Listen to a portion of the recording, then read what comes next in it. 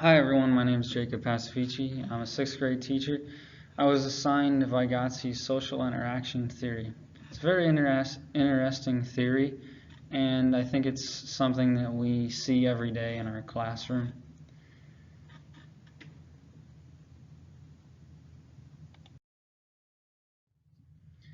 Here's a little bit about Vygotsky.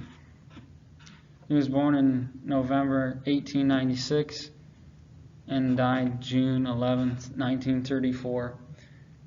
His life was very short, and that actually impacted some of his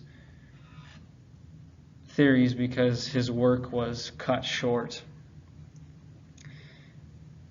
And he died because of tuberculosis. He battled it until his death. He was born into a middle-class Russian Jewish family. He was homeschooled. His undergraduate degree was interrupted because of the Bolshevik uprising in 1917. He completed his dissertation called The Psychology of Art in 1925.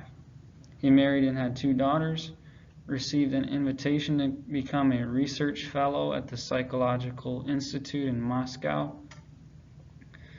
He was hospitalized due to a relapse of tuberculosis in 1925 to 1926.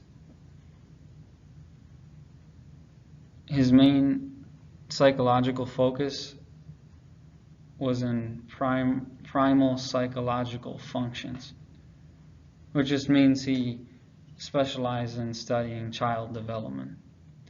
And his most notable theory is zone of proximal development. What is zone of proximal development? Zone of proximal development is how close we are to people around us that we learn from. It's what a learner can do with or without help. Children learn from more knowledgeable others, is what Vygotsky stated.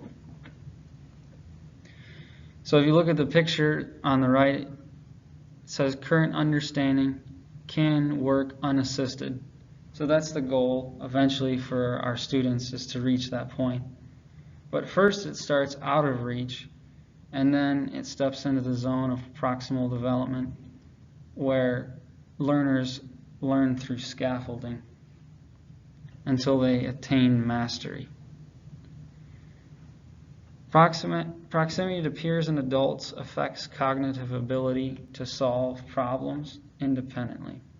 It also enables learners to accomplish tasks they could not solve on their own.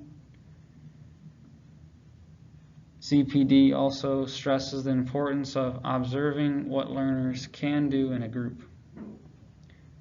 Susceptibility to help determines a learner's level of development.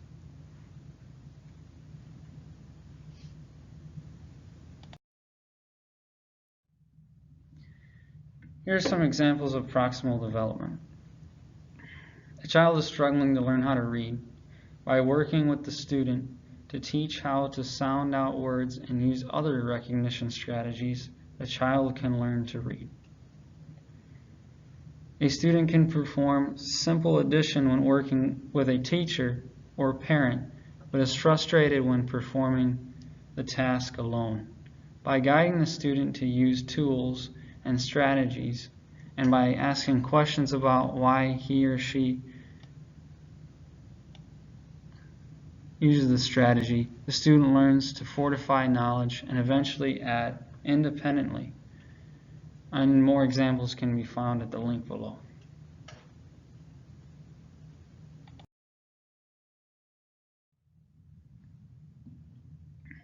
Vygotsky said that we learn from the more knowledgeable. This means someone has a higher ability than the learner. Teachers and adults are not always the more knowledgeable other. Children's peers may be the individuals with more knowledge or experience. For example, a child might learn more about computer technology from a friend than from a grandparent.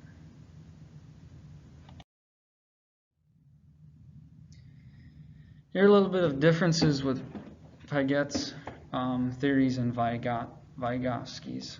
Vygotsky placed more emphasis on culture affecting cognitive development. Vygotsky places considerably more emphasis on social factors contributing to cognitive development. Vygotsky favors adults for development, but Piaget prefers peers.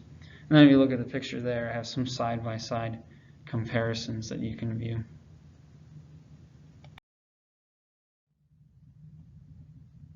Vygotsky talked about kids starting with elementary mental functions that eventually turn into higher functions through social interaction.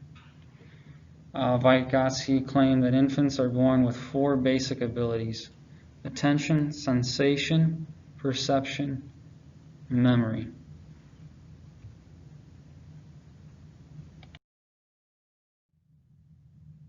Here are some examples of higher mental functions: consciousness, language, memory, thoughts, attention, abstraction, and perception. Vygotsky said that the elementary functions turn into these higher functions. He said, through interaction within the social cultural environment, elementary mental functions develop into more sophisticated and effective mental processes. Tools of intellectual adaptation is Vygotsky's term for the methods of thinking and problem-solving strategies that result in higher mental functions. Examples of intellectual adaptation include mind mapping, memory, mnemonics, note-taking, and other visual cues.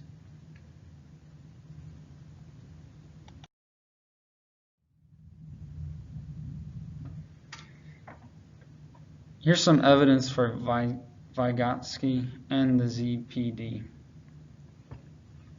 I added this picture of a mother helping her son ride a bike because I think it shows well how children learn from older adults.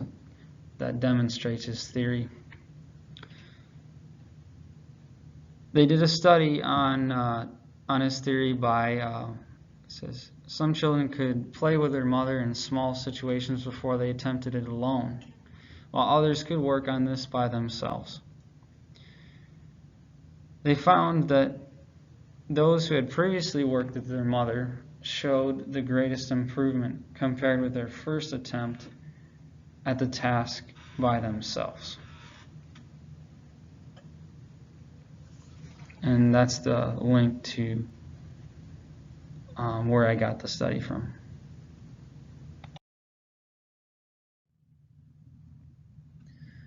Well, let's talk about applying Vygotsky's theory. Teachers and students collaborate in learning and practicing 4 key skills: summarizing, questioning, clarifying, and predicting. The teacher's role in the process is reduced over time. CPD is used as the basics for the scaffolding method, which we've probably all used before. Scaffolding is a progression through which a teacher or a more knowledgeable peer supports a student in their CPD as necessary. This aid is removed as it becomes unnecessary, much as workers remove a scaffold from a building after they complete construction. For example, if a child is on the right track to completing the task, support should be less specific and more encouraging.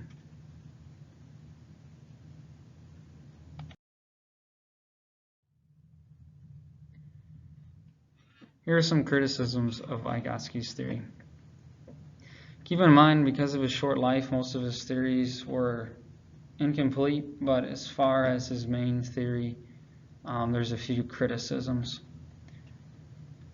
ZPD might not be as useful in all cultures because it is based on verbal instructions. And modern scholars are dissatisfied with the quality and volume of available Vygotsky works. And one of the other limitations for criticism on his works was because they had to be translated from Russian, and that's only happened fairly recently with all of his works.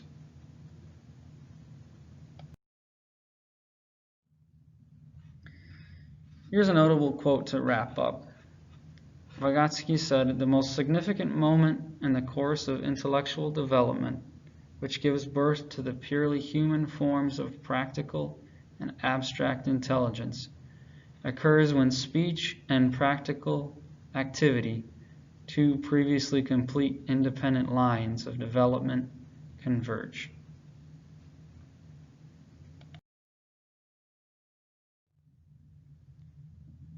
And here's a few questions you can answer in the discussion if you want. Do you agree or disagree with Vygotsky's social interaction theory? Why or not? Why not? Who is more accurate, Piaget or Vygotsky? Do you or will you use Vygotsky's scaffolding method in the classroom?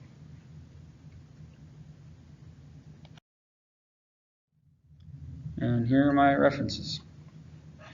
Thanks for listening to my presentation, and have a great day.